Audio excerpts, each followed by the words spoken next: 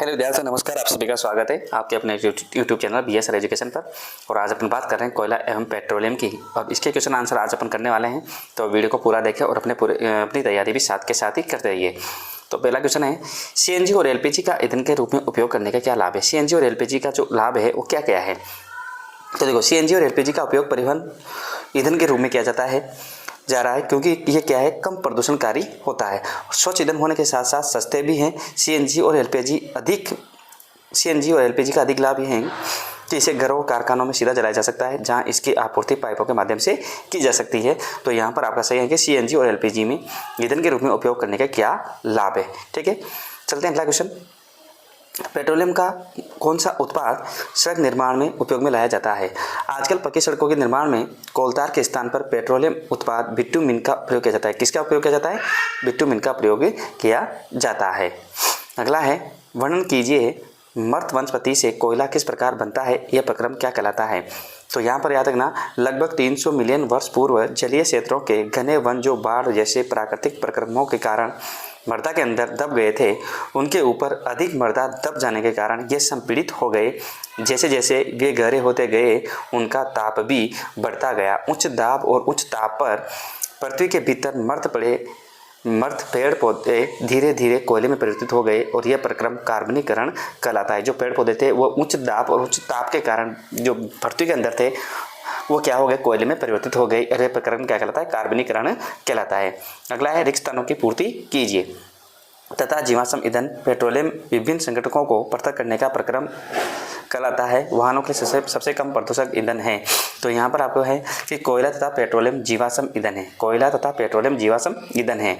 Petroleum के विभिन्न संगठकों को पृथक करने का प्रक्रम परिष्करण कहलाता है।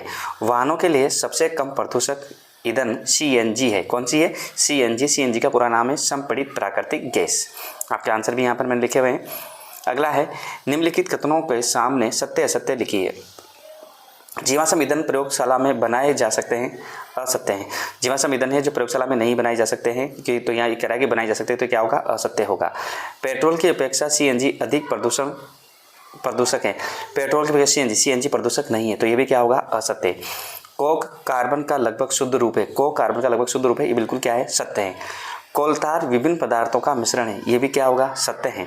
मिट्टी का तेल एक जीवाश्म ईंधन नहीं है, ये भी क्या है? जीवाश्म ईंधन है, तो ये क्या होगा? असत्य। हालांकि मैंने यहाँ पर आपको आंसर भी दे रखा है। ठीक है, अगला है, समझाइए जीवाश्म ईंधन समाप्त होने वाले प्राकृतिक संसाधन क्यों है। कि ये जीवाश्म ईंधन है जो समाप्त होने वाले प्राकृतिक संसाधन क्यों है, ये आपको समझाना है।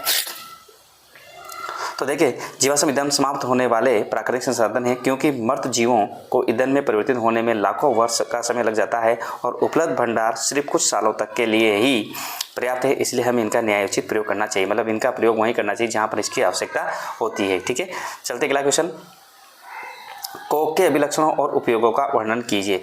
कोक के अभिलक्षणों और उनके उपयोगों का क्या करना है आपको? वर्णन। ये कठोर, सरंध्र और काला पदार्थ हैं। ये कार्बन का लगभग शुद्ध रूप है। कोक का उपयोग इस्पात के औद्योगिक निर्माण और बहुत से धातुओं के निष्कर्षण में किया जाता है। अगला है, पेट्रोलियम निर्माण के प्रक्रम को समझाइए। तो यहाँ पर इसका आंसर क्या होगा, देखते हैं। पेट्रोलियम का निर्माण समुद्र में रहने वाले जीवों से हुआ है। जब ये जीव मृत हुए, इनके शरीर समुद्र के पेंदे में जाकर जम गए और फिर रेत तथा मिट्टी के तहों द्वारा ढक गए। लाखों वर्षों में वायु की अनुपस्थिति, उच्च ताप और उच्च दाब ने मृत जीवों को पेट्रोलियम और प्राकृतिक गैस में परिवर्तित कर दिया था। तो यहाँ पर पेट्रोलियम निर्माण किससे हुआ था? जीवों से हुआ था, जो समुद्र में हुआ था। ठीक है, तो ये थे अपने 8 क्वेश्चन। फिर मिलते हैं अपन नेक्स्ट वीडियो के साथ में। आज के लिए आप सभी को नमस्कार, धन्यवाद।